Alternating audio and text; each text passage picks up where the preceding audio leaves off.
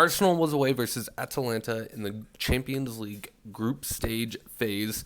And there are three things I'm really wanting to focus on. Let's talk man of the match. Let's talk games with Odegaard versus without Odegaard and kind of what that looks like. And then our defense and then some upcoming fixtures. So let's get right into it. The man of the match is David Raya. If you did not watch the game and you only watched like one part, and that was the save that he had, it was amazing. David Raya with big save, penalty versus Matteo Ruturi. I know they say it and I can totally look it up, but I just don't know.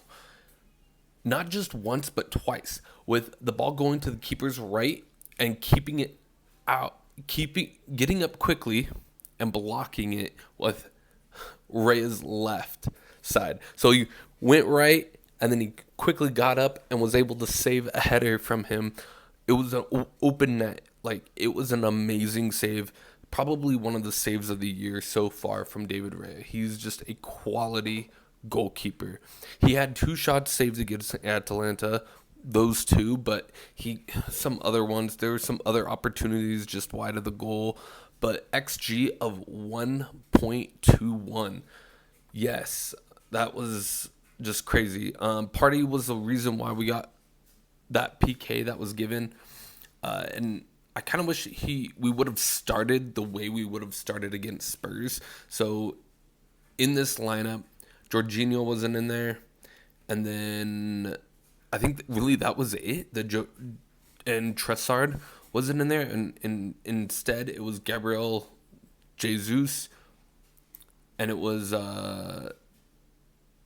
Declan Rice and Havertz in the middle, along with Partey. So Partey came out, Jorginho went in, and the game looked a lot better on Arsenal side, but it was still like a back half of the team. So David Raya, just man of the match performance.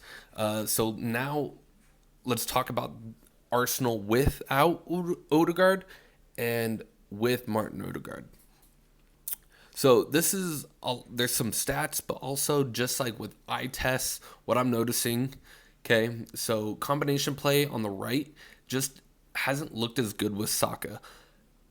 Saka does better like with running in behind and or dribbling, taking players on. When he gets into those 2v1 situations, he ends up passing it to Odegaard or White, and typically Odegaard can do a quick 1-2 with him, and he's back breaking the lines and taking on defenders and or scoring a goal or assisting Havertz. Like, I feel like that's kind of the season. But in this game, Havertz nor Gabriel Jesus, no Trossard, Martin, like no one was having any combination play with Saka. There really wasn't that throughout the whole entire game, which was very frustrating to watch. So now we're going to talk XG with Odegaard and without.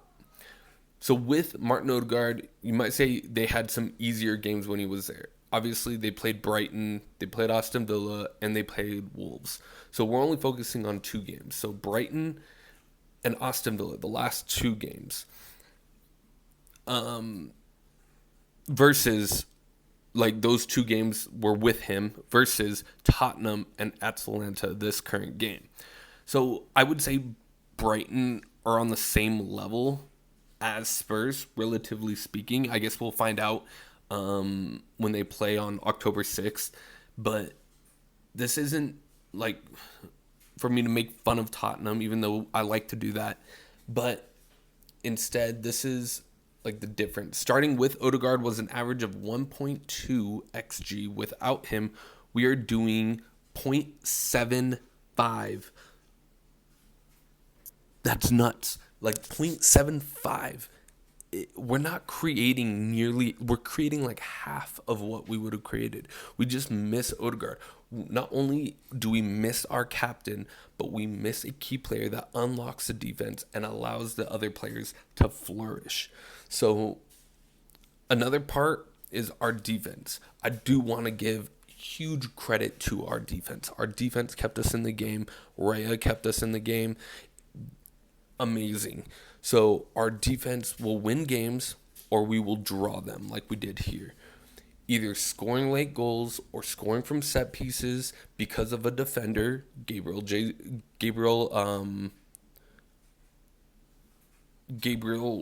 defender,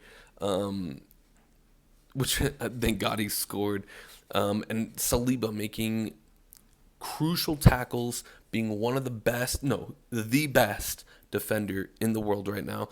Not only making him like the top talent, like we have top talent in the back four, but we also have some people that we could bring on, which are top talent and amazing and versatile as well. So let's talk about some upcoming games that they have. Of course, Sunday, Manchester City versus Arsenal. What a great game that will be. For me, 8:30 a.m. right before church, but I am pumped to watch that game when I can. I might end up watching it right after. I'll probably turn off all notifications. Then we got a midweek game against Bolton for the EFL Cup.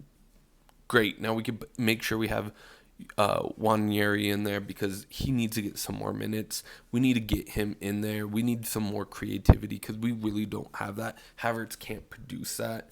And so I feel like that's a great game to get him in and then pull him off 60 or 70 minutes in, and then have him play the full game versus Leicester and possibly on that weekend. And then we got PSG the following week for Champions League, and then we got Southampton right before another international break. But man, we have a few tough games almost are done. Like our biggest games are coming up. We got Aston Villa, who we lost to last year. Then we got Manchester City coming. We already played Spurs, which is great.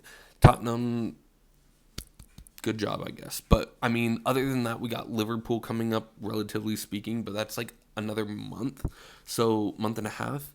So, Martin Odegaard hopefully will not be gone till November, which would be devastating. And hopefully he could come back, hopefully before the Liverpool game, full fitness, everything.